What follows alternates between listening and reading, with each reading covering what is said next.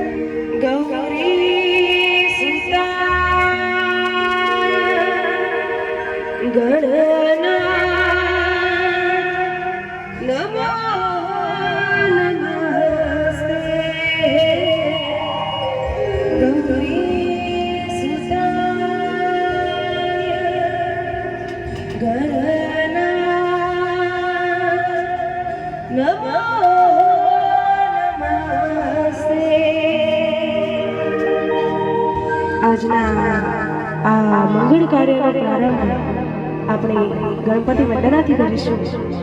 કારણ ગણપતિ એ આદિ અનાદિ દેવ છે અને કોઈ પણ શુભ કાર્યની શરૂઆત કરતા પહેલા ગણપતિ વંદના કરતા હોય તો ચાલો આપણે લાડકી દીકરી એવા ધર્મિષ્ઠા કુંવરબાના લગ્નમાં ગણપતિ સ્થાપના કરીએ.